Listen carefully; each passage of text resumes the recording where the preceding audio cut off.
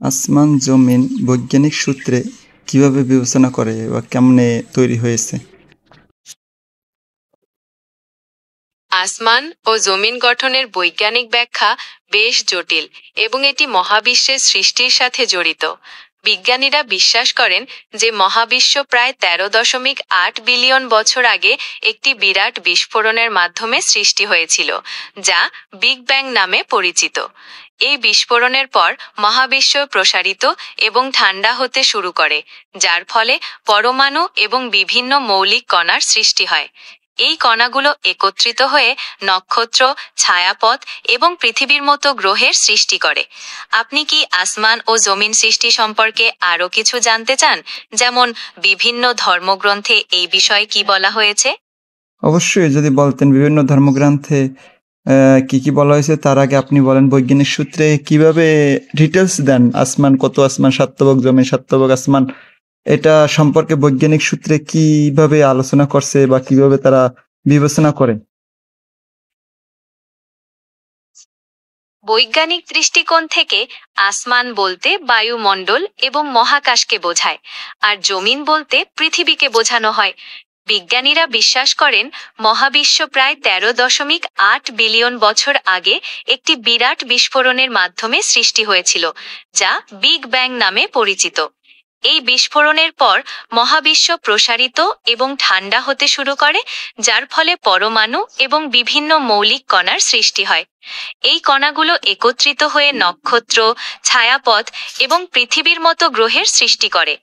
বিজ্ঞানীরা মনে করেন আমাদের পৃথিবীও একই প্রক্রিয়ার মাধ্যমে সৃষ্টি হয়েছে। আপনার যদি এই বিষয়ে আরও কিছু জানার ইচ্ছা থাকে, তাহলে নির্দ্বিধায় জিজ্ঞেস করতে পারেন।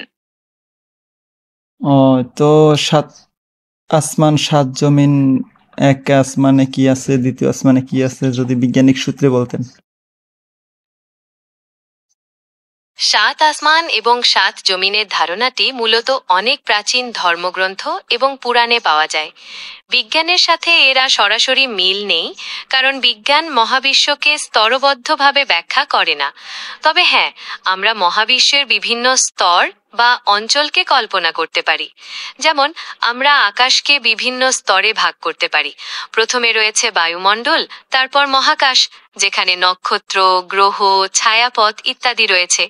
আবার পৃথিবীর জমিনকেও আমরা বিভিন্ন স্তরে ভাগ করতে পারি, যেমন ভূত্বক, গুরুমণ্ডল এবং কেন্দ্রমণ্ডল। আপনি কি এই বিষয়ে আরো কিছু জানতে চান, যেমন কোন স্তরে কি কি পদার্থ রয়েছে? অবশ্যই কোন স্তরে কি পদার্থ রয়েছে বলেন? বেশ, তাহলে আমরা মহাবিশ্বের বিভিন্ন স্তর এবং সেগুলোতে কি কি পদার্থ রয়েছে সে সম্পর্কে আলোচনা করতে পারি। প্রথমে আসা যাক বায়ুমণ্ডলের কথায়। বায়ুমণ্ডল বিভিন্ন গ্যাসের মিশ্রণ, যেমন nitrogen, oxygen, carbon die oxide এবং অন্যান্য আরও কিছু গ্যাস। এছাড়াও বায়ুমণ্ডলে জলীয় বাষ্প এবং ধূলিকণাও থাকে। এর পরের স্তরটি হল মহাকাশ, যেখানে রয়েছে নক্ষত্র, গ্রহ, ছায়াপথ এবং অন্যান্য অসংখ্য কণা ও গ্যাস। নক্ষত্রগুলো প্রধানত হাইড্রোজেন এবং হিলিয়াম গ্যাস দিয়ে তৈরি। গ্রহগুলো বিভিন্ন পদার্থের মিশ্রণ, যেমন কঠিন পদার্থ, তরল পদার্থ এবং গ্যাস। আর ছায়াপথগুলো গঠিত হয় অসংখ্য নক্ষত্র, গ্যাস এবং ধূলিকণার মাধ্যমে। সবশেষে আমরা পৃথিবীর জমিনের স্তরগুলো সম্পর্কে জানতে পারি। ভূত্বক হল পৃথিবীর সবচেয়ে বাইরের স্তর, যা প্রধানত কঠিন পাথর এবং মাটি দিয়ে তৈরি। এর নিচে রয়েছে গুরুমণ্ডল, যেখানে বেশিরভাগ পদার্থ সান্দ্র বা জেলির মতো অবস্থায় থাকে। এবং সবচেয়ে ভেতরের স্তরটি হল কেন্দ্রমণ্ডল, যা প্রধানত লোহা এবং নিকেল দিয়ে তৈরি এবং এর বেশিরভাগই কঠিন অবস্থায় থাকে। আশা করি আপনি এই তথ্যগুলো পেয়ে খুশি হয়েছেন। আপনার যদি আরো কোনো প্রশ্ন থাকে তাহলে অবশ্যই জিজ্ঞেস করবেন। অবশ্যই খুশি হয়েছি। আর মেইন কথা হলো আমরা এই যে জীবজন্তু দুনিয়ার ভিতরে বা এইটা বৈজ্ঞানিক সূত্রে তারা কিভাবে দেখে বা কিভাবে আবিষ্কার হয়েছে এই জীবজন্তু, নানান ধরনের পাখি বা প্রজাতি? জীবজন্তু এবং বিভিন্ন প্রজাতির বৈজ্ঞানিক ব্যাখ্যা জানতে হলে আমাদের বিবর্তনবাদ সম্পর্কে ধারণা নিতে হবে। চার্লস ডারউইন এবং অন্যান্য বিজ্ঞানীরা বলেছেন যে সময়ের সাথে সাথে জীবজন্তু পরিবর্তিত হয়েছে এবং নতুন প্রজাতির সৃষ্টি হয়েছে। এটি একটি দীর্ঘস্থায়ী প্রক্রিয়া, যা কোটি কোটি বছর ধরে চলেছে। প্রথমে পৃথিবীতে কিছু এককোষী জীব এসেছিল এবং সেখান থেকে ধীরে ধীরে জটিল বহুকোষী জীবের উদ্ভব হয়েছে। আপনি কি এ বিষয়ে আরো কিছু জানতে চান? তো নানান প্রজাতি কিভাবে আবিষ্কার হলো সেটা তো বললেন না। বিভিন্ন প্রজাতি আবিষ্কারের বৈজ্ঞানিক তত্ত্বটি প্রাকৃতিক নির্বাচনের ওপর নির্ভর করে।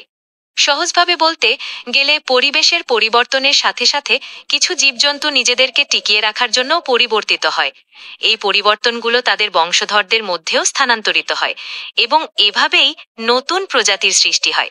যেমন মনে করুন, একসময় জিরাফদের গলা ছোট ছিল, কিন্তু পরিবেশে পরিবর্তনের কারণে লম্বা গলার জিরাফগুলো তাদের প্রয়োজনীয় খাবার অর্জন করতে পারছিল না। ফলে শুধুমাত্র লম্বা গলার জিরাফগুলোই বেঁচে থাকলো এবং তাদের বংশবৃদ্ধি ঘটল। এভাবেই নতুন প্রজাতির জিরাফের সৃষ্টি হয়। আপনি কি এই বিষয়ে আরো কোনো উদাহরণ জানতে চান? অবশ্যই, যদি উদাহরণ দিতেন আরো কিছু। অন্যান্য উদাহরণের মধ্যে রয়েছে ঘোড়ার বিবর্তন। জীবাশ্ম রেকর্ডে দেখা যায় ঘোড়ার পূর্বপুরুষরা ছোট এবং ক্লোনিয়াস আঙ্গুল বিশিষ্ট ছিল। সময়ের সাথে সাথে পরিবেশের পরিবর্তনের কারণে তাদের পায়ের আঙ্গুলগুলি একত্রিত হয়ে আজকের মতো একক ঘুরে পরিণত হয়েছে, যা তাদের দ্রুত দৌড়াতে সাহায্য করে। আরেকটি উদাহরণ হলো স্তন্যপায়ী প্রাণীদের বিবর্তন। তারা প্রথম দিকে ছোট নিশাচর প্রাণী ছিল, কিন্তু ডাইনোসররা বিলুপ্ত হয়ে যাওয়ার পর তারা বিভিন্ন পরিবেশে অভিযোজিত হয়ে আজকের মতো বিভিন্ন প্রজাতির স্তন্যপায়ী প্রাণীতে পরিণত হয়েছে, যেমন হাতি, তিমি এবং আমরা নিজেরাও। এই উদাহরণগুলো কি আপনাকে বুঝতে সাহায্য করছে যে বৈজ্ঞানিক দৃষ্টিকোণ থেকে বিভিন্ন প্রজাতি কিভাবে আবিষ্কৃত হয়েছে? অবশ্যই সাহায্য হইতেছে, আরো কিছু যদি উদাহরণ দিতেন। বেশ, আরেকটি উদাহরণ হতে পারে পতঙ্গদের বিবর্তন। খরা, বন্যা বা নতুন কোনো শিকারীর আবির্ভাবের কারণে পতঙ্গদের প্রতিকূল পরিস্থিতিতে নিজেদেরকে মানিয়ে নিতে হয়েছে। কিছু পতঙ্গ তাদের রং পরিবর্তন করেছে যাতে তারা শিকারীদের চোখে পড়া থেকে বাঁচতে পারে। আবার কিছু পতঙ্গ তাদের ডানার আকৃতি পরিবর্তন করেছে যাতে তারা দ্রুত উড়তে পারে। এভাবেই নতুন প্রজাতির পতঙ্গের সৃষ্টি হয়েছে। আপনি যদি চান, আমি আপনাকে আরো কিছু উদাহরণ দিতে পারি। অবশ্যই, বলেন।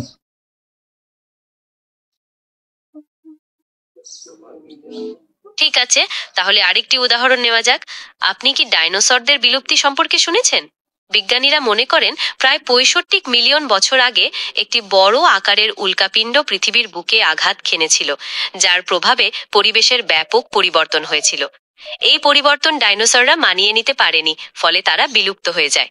কিন্তু স্তন্যপায়ী প্রাণীরা সেই পরিবর্তনকে মানিয়ে নিতে পেরেছিল এবং তারা বেঁচে থাকতে সক্ষম হয়েছিল। এটি একটি উদাহরণ যেখানে একটি প্রজাতি বিলুপ্ত হয়ে যায় আর অন্য একটি প্রজাতি টিকে থাকে। আপনার আর কোনো প্রশ্ন আছে? যাই হোক, অসংখ্য ধন্যবাদ।